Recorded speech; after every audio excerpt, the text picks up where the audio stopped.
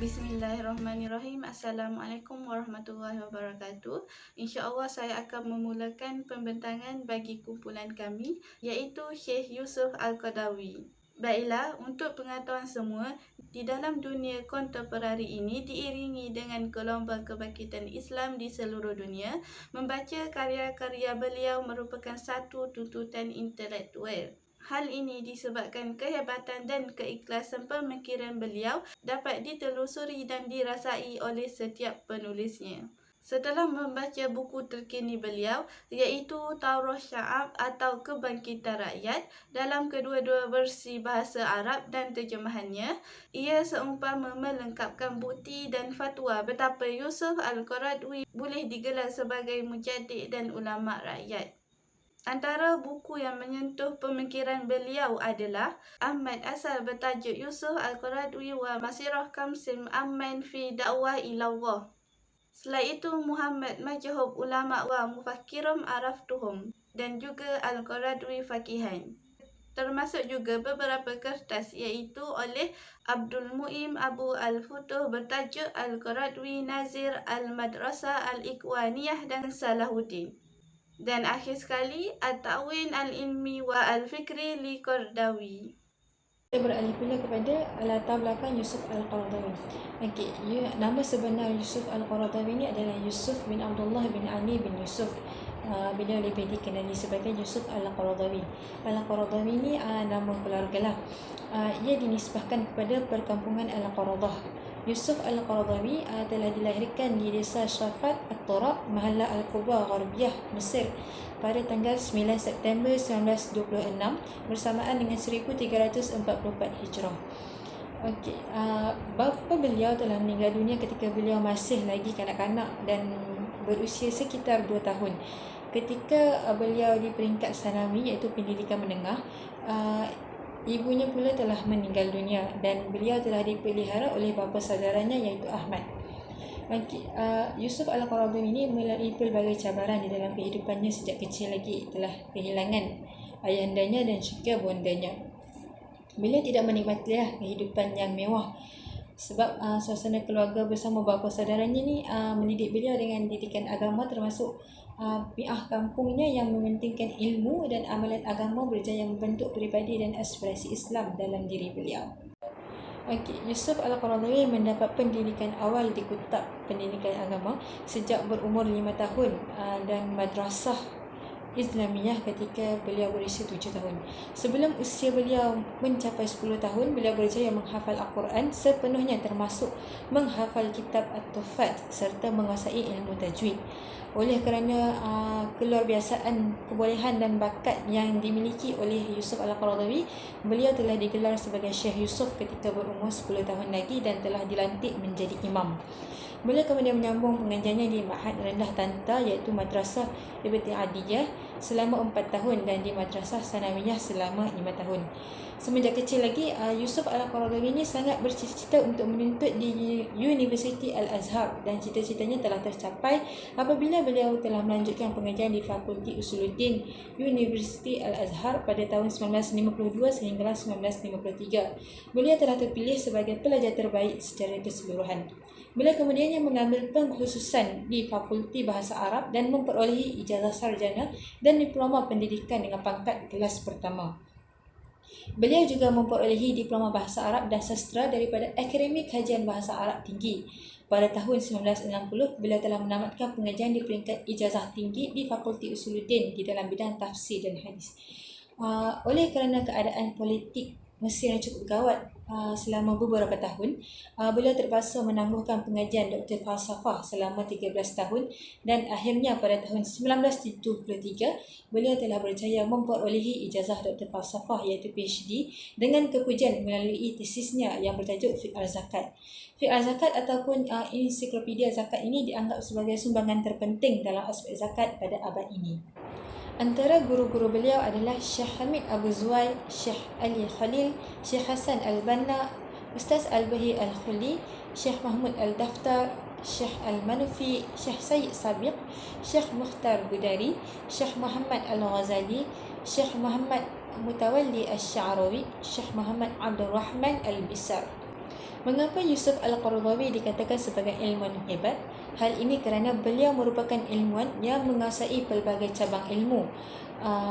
Hingga kini, lebih daripada 120 buah buku telah dihasilkan dalam pelbagai bidang seperti akidah, sumber hukum Islam iaitu Al-Quran dan As-Sunnah, usul fiqh, bidang ibadat, hak ehwal wanita dan kekeluargaan, kemasyarakatan, ekonomi dan kewangan, perubatan, politik dan pemerintahan.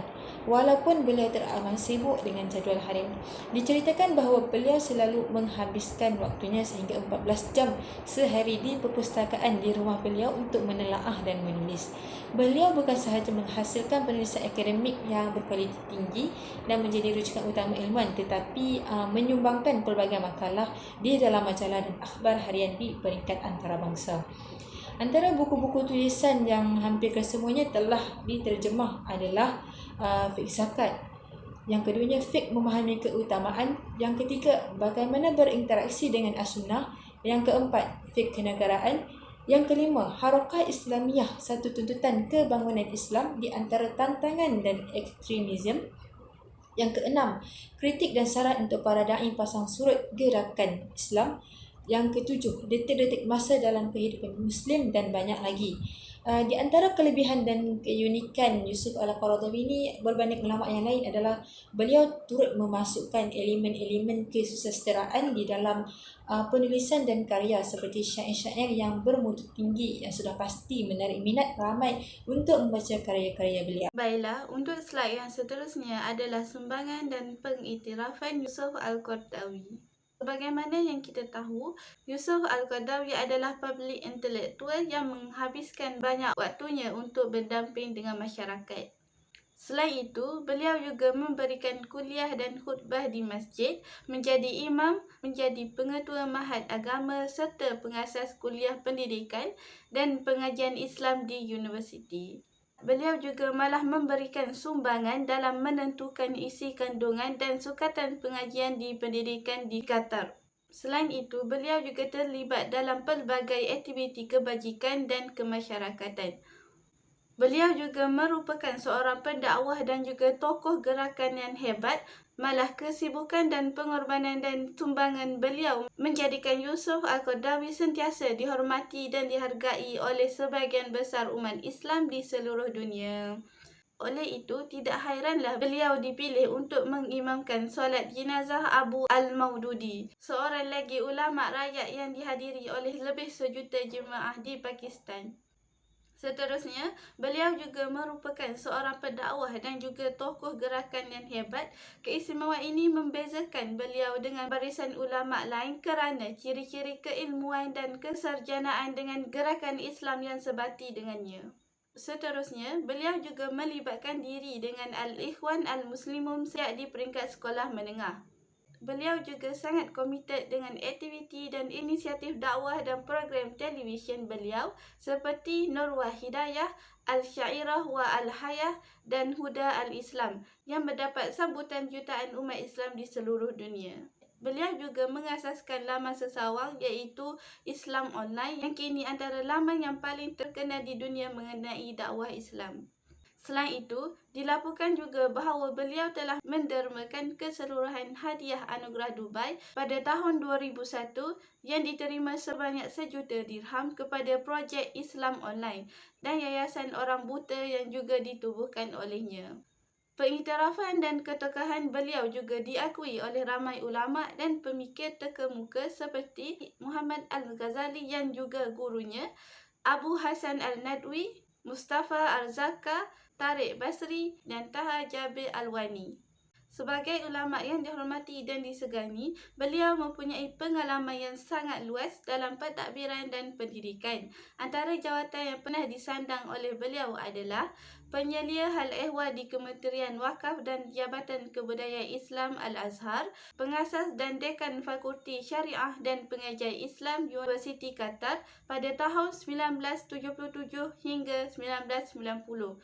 Selain itu, beliau juga pernah menjadi pengarah Kolej Agama selama 12 tahun sejak tahun 1961. Pengarah pengajian Islam di Fakulti Pendidikan pada tahun 1973, pengarah Pusat Pengajian Sunnah dan Sirah Universiti Qatar pada tahun 1991, manakala pada tahun 1990, beliau menjadi pensyarah pelawat di Algeria. Beliau juga pernah memegang jawatan sebagai pengerusi Kesatuan Ulama Sedunia, Ahli Majlis Rabita Al-Alam Al-Islami di Mekah, Ahli Lembaga Fiqh Islam di Mekah, Ahli Majlis Pengajian Islam Eropah di Perancis, termasuk penasihat syariah di beberapa buah bank Islam.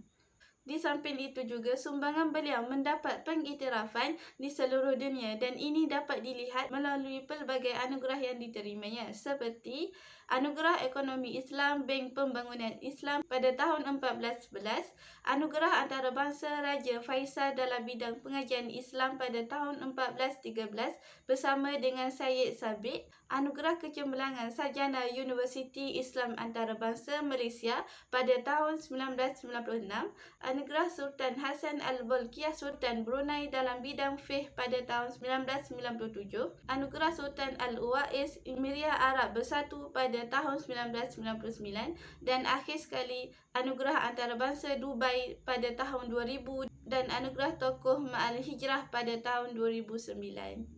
Seterusnya kita masuk bahagian pemikiran Yusuf Al-Qaradawi. Okey. Pemikiran yang dibawa oleh Yusuf Al-Qaradawi ini adalah bersesuaian dengan keadaan dan suasana pada ketika itu, sehingga kan umat Islam ni sekiranya ingin mencari rujukan ataupun panduan, Yusuf Al-Qaradawi adalah tempatnya. Antara sumbangan terbesar dalam pemikiran beliau adalah beliau telah memperkenalkan pendekatan yang pelbagai supaya syariah dapat difahami melalui beberapa konsep fiqh dan manhaj yang beliau anjurkan. Antaranya adalah fiqh al-nusus, fiqh al-waqi', fiqh al-muwazanat, fiqh al-awlawiyat, fiqh al-jihad dan banyak lagi.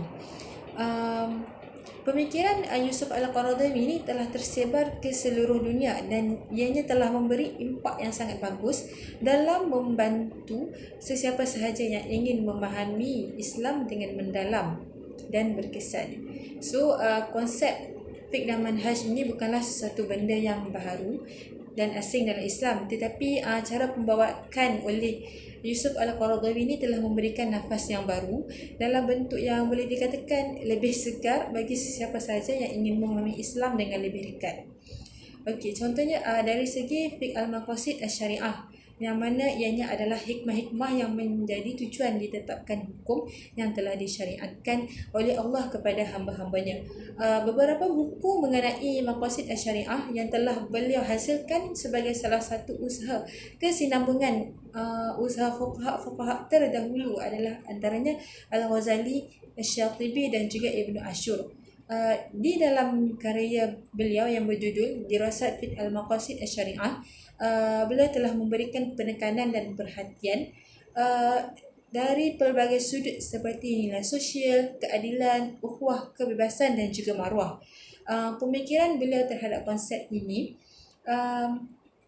turut dapat kita lihat menerusi karyanya yang berjudul As-Siyasah Asy-Syar'iyyah fi Nusus Asy-Syar'i wa Maqasidiha. Di dalam karya yang satu ni, beliau membincangkan mengenai konsep maqasid asy-syariah serta hubung kait dan aplikasinya dengan prinsip siasah asy-syar'iyyah. Fiqh manhaj yang dibawa oleh Yusuf Al-Qaradawi mempunyai keunikannya yang tersendiri. Antaranya adalah penekanan terhadap aspek keadilan, persamaan, memudahkan dan meringankan maslahah berbanding mafsadah dan kesatuan serta kesepakatan. Okey, kita tengok dari segi fiqh an-nusus ataupun nas syarak. Keperluan untuk memahami nas syarak telah diterangkan dengan khusus di dalam karya beliau yang berjudul As-Siyasah Asy-Syar'iyyah fi Nusus Asy-Syar'i wa Maqasidiha. Untuk mengeluarkan sebarang hukum yang berkaitan dengan syarak, ini adalah syarat dan ciri utama untuk seseorang yang berautoriti. Beliau telah menyarankan bahawa untuk memahami nusus dengan berkesan hendaklah memahaminya secara literal dan dan keseluruhan konteks ayat. Sekiranya ayat tersebut difahamkan secara berasingan serta tidak lengkap, ianya akan menyebabkan penafsiran ayat tersebut longgar dan lemah. Yusuf Al-Qaradawi ini telah menekankan bahawa penting untuk memahami nusus menerusi kefahaman yang mendalam pada konsep maslahah dan maqasid.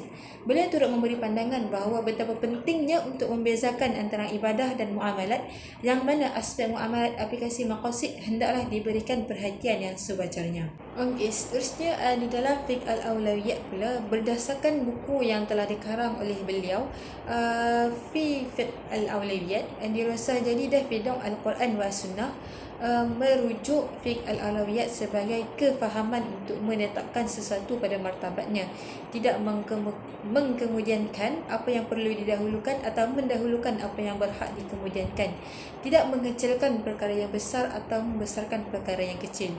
Ilmu untuk memahami keutamaan adalah sangat penting. Ianya bukan sahaja penting bagi fuqaha maupun ulama, malah ia turut penting untuk setiap individu seperti kita serta institusi termasuklah kerajaan. Dalam membuat aperture keputusan dan dasar serta polisi bagi sesebuah negara dan institusi, kerajaan maupun institusi hendaklah menjadikan Fiqh Al-Awlawiyat ini sebagai asasnya. Karya yang dihasilkan oleh Yusuf Al-Qaradawi iaitu Fiqh Al-Jihad telah diakui tentang kepentingannya oleh pemikir yang berasal dari Tunisia iaitu Rahid Ghannouchi di dalam sebuah artikelnya yang bertajuk What is New About Al-Qaradawi's Fiqh of Jihad.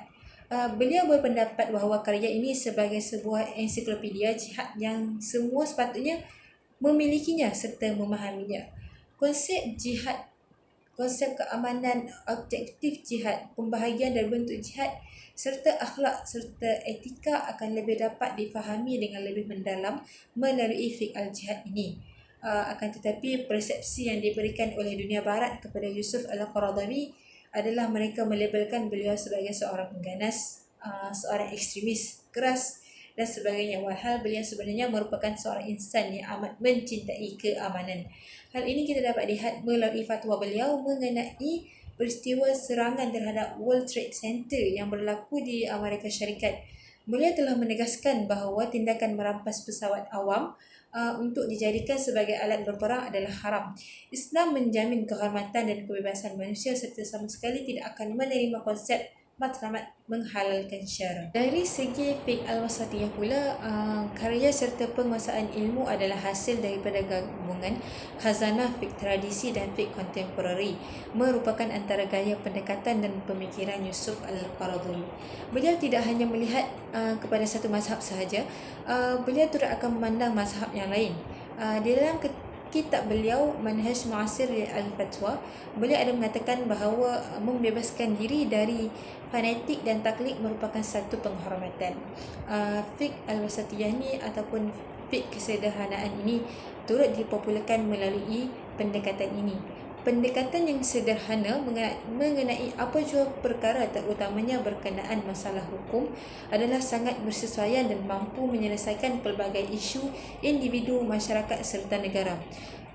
Hal ini kerana Fiqh Al-Wasatiyah ini menggunakan pendekatan yang seimbang, iaitu dengan menggabungkan teks yang qat'i serta maksud yang umum dan tidak melebih-lebih dalam memahami dan menolak teks tersebut.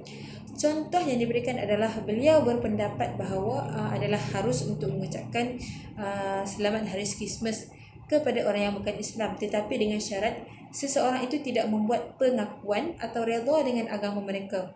Pendekatan secara sederhana, bertoleransi serta lembut yang digunakan inilah mencerminkan keindahan Islam. Baiklah, untuk slide kritikan ke atas pemikiran Yusuf Al-Qaradawi, seperti mana yang kita sedia maklum, beliau merupakan ulama yang sangat terkenal pada zaman ini. Malah karya dan fatwanya sudah tersebar di negara-negara Islam. Apa yang beliau dakwahkan sentiasa mendapat respon yang positif daripada majoriti umat Islam. Ini kerana pemikiran beliau sentiasa sederhana dan mengutamakan kemaslahatan serta menjauhi kejumudan dalam berfikir. Salah seorang ulama yang memuji karya beliau adalah Abu Ala Al-Maududi. Namun sudah pastinya dalam dakwah beliau terdapat beberapa kritikan dan beberapa ulama yang menentangnya. Antaranya adalah Beliau sering juga mendapat kritikan daripada ulama yang menurutnya adalah daripada golongan ulama konservatif. Selain itu disebabkan beberapa perbezaan antara manhaj dan mazhab yang dipakai oleh Al-Qaradawi. Hal ini kerana Syekh Ahmad menganggap manhaj yang dipakai oleh Qaradawi cenderung untuk bersikap lebih sederhana, terutamanya berkenaan dengan orang bukan Islam dan perbezaan pendapat di kalangan orang Islam. Manakala Syekh Ahmad pula cenderung ke arah yang lebih tegas dan menganggap hanya satu pendapat sahaja yang dibenarkan. Ini juga mungkin kerana Syekh Ahmad yang beraliran Salafi dan menganggap Al-Qaradawi yang membenarkan aliran Sufi adalah salah. Seterusnya, katanya Al-Qaradawi telah melakukan beberapa kesilapan, antaranya dakwahnya untuk mencintai Yahudi dan Nasrani. Selain itu, propaganda terhadap gerakan pendekatan penyatuan semua agama dan selalu mengikuti kegiatan muktamar tersebut. Selain itu, pendapat beliau bahawa jihad hanya disyariatkan untuk kelangsungan hidup, bukan untuk menyerang orang kafir. Selain itu, pendapat beliau bahawa demokrasi adalah syuruk dan telah dibincangkan oleh fiqh Islam, dan juga membenarkan wanita bergabung dengan lelaki dalam parlimen. Seterusnya, membenarkan banyak golongan dan kumpulan dengan berbagai pemikiran dan manhaj yang berbeza. Dan akhir sekali, mencampur adukan antara Sufi dan Salafi dan berusaha untuk mensalafikan Sufi dan mensufikan Salafi. Slide yang seterusnya, hanya pendapat-pendapat beliau yang dirasakan akan menimbulkan ketegangan dalam masyarakat Islam tempatan disenyapkan. Itu pun ditimbulkan dalam sesetengah keadaan atau secara berlapis. Antara contohnya adalah jamak solat kerana kesibukan yang hadir dan bersalam dengan lawan jantina. Beliau memang merupakan seorang tokoh ulama yang agung, tetapi metodologi beliau dalam berinteraksi dengan nusus dan warisan ulama-ulama silam terbukti tidak sah dan melampau. Syekh Wahbah Az-Zuhaili pernah mengomentari pemikiran beliau kerana berpendapat Yusuf Al-Qaradawi condong kepada sesetengah pendapat yang dinukilkan yang masih memerlukan kepada kajian, seperti pendapat keharusan wanita yang baru memeluk Islam terus bersama suaminya yang masih setia dengan agamanya iaitu bukan Islam. Seterusnya kita beralih kepada pengaruh Yusuf Al-Qaradawi di Malaysia. Pengaruh Yusuf Al-Qaradawi di Malaysia teramatlah besar, antaranya dari segi isu ilmu fiqh ekonomi Islam. Kitab Fiqh Al-Zakat dirasah muqaranah ani ahkamiha wa falsafatiha fi Al-Quran wa Sunnah, yang bermaksud fiqh zakat, kajian perbandingan mengenai hukum-hukumnya dan falsafahnya berlandaskan Al-Quran dan Sunnah. Kitab ni dia berasal daripada tesis PhD beliau ketika menyelesaikan pembelajaran beliau di peringkat ijazah kedoktoran di Universiti Al-Azhar Mesir pada tahun 1973. Kitab beliau ini mempunyai 2 jilid. Ia membincangkan perkara-perkara yang berkaitan dengan zakat lah, seperti golongan yang berhak menerima zakat, golongan yang wajib membayar zakat, jenis-jenis zakat, nisab dan sebagainya. Yang kedua adalah dari segi isu hukum pemindahan organ dalam konteks Islam. Di Malaysia, isu pemindahan organ ini mula dibincangkan pada tahun 1960 apabila Mufti Negeri Perlis mula mengeluarkan fatwa berhubung dengan isu ini. Pandangan-pandangan yang dikeluarkan oleh ulama Islam berkaitan pemindahan organ ini bersifat ijtihad, iaitu ijtihad yang dilakukan berdasarkan pendekatan fiqh. Fatwa yang bersifat ijtihad yang seperti yang diterangkan oleh Dr. Yusuf Al-Qaradawi ialah fatwa yang masih boleh diperbincangkan, seperti juga ijtihad manusia yang lain. Seterusnya adalah kaedah maqasid Al-Quran. Yusuf Al-Qaradawi merupakan al-istiqra' pertama yang menghubungkan hubungan antara nas-nas Al-Quran. Yang pertama, memahami nas-nas hadis mestilah berkaitan dengan maksud teks Al-Quran, berpegang kepada tasaqul-ayul al-dalalah yang berkualiti, melakukan takwil terhadap ayat-ayat yang berkualiti zanniyu al-dalalah, mengikut kaedah takwil yang disusun ilmu usul fiqh. Kita juga hendaklah menghindari sumber-sumber kesalahan dalam dalam memahami nas, seperti meletakkan nas bukan pada tempatnya, salah dalam melakukan takwil, mendahulukan logik akal, mengalahkan makna nas Al-Quran dengan alasan maslahat. Kesimpulannya, Syekh Yusuf Al-Qaradawi merupakan seorang tokoh yang sangat berjasa besar dengan dunia Islam. Sesuai dengan ketokohan dan sumbangan, penulis menganggap beliau sebagai mujaddid kontemporari yang tidak pernah mengenal penat dan lelah untuk berterusan membentuk pemikiran Islam secara menyeluruh dan holistik. Pencapaian sumbangan pemikiran, keilmuan, ketokohan, kegigihan, kebijaksanaan, bakat, kecemerlangan dan keistiqomahan beliau serta pengiktirafan beliau di seluruh dunia secara jelasnya melayakkan Yusuf Al-Qaradawi diiktiraf sebagai tokoh mujaddid abad ke-15 Hijrah. Pengaruh pemikiran Yusuf Al-Qaradawi telah merebak ke seluruh dunia. Pengembangan pemikiran beliau berlaku secara semula jadi tanpa ada agenda dan pembiayaan pihak-pihak tertentu. Kekuatan pemikiran dan kesesuaian idea berdasarkan keilmuan dan bakat beliau menjadikan pemikirannya sebagai panduan, rujukan dan fahaman dari segenap lapisan masyarakat sama ada individu, institusi, kerajaan dan badan-badan bukan kerajaan serta gerakan dakwah. Sumbangan pemikiran beliau yang segar telah mengembalikan kefahaman Islam yang lebih menyeluruh dalam konteks dunia kontemporari. Kerangka fiqh dan manhaj yang disegakkan semula oleh Yusuf Al-Qaradawi melalui konsep fiqh an-nusus, fiqh al-waqi', fiqh al-muwazzanah, fiqh aulawiyat, fiqh al-jihad, fiqh al-taurah, fiqh al-dawah dan manhaj al-salafi telah memberikan kita tasawuf yang lebih menyeluruh terhadap Islam.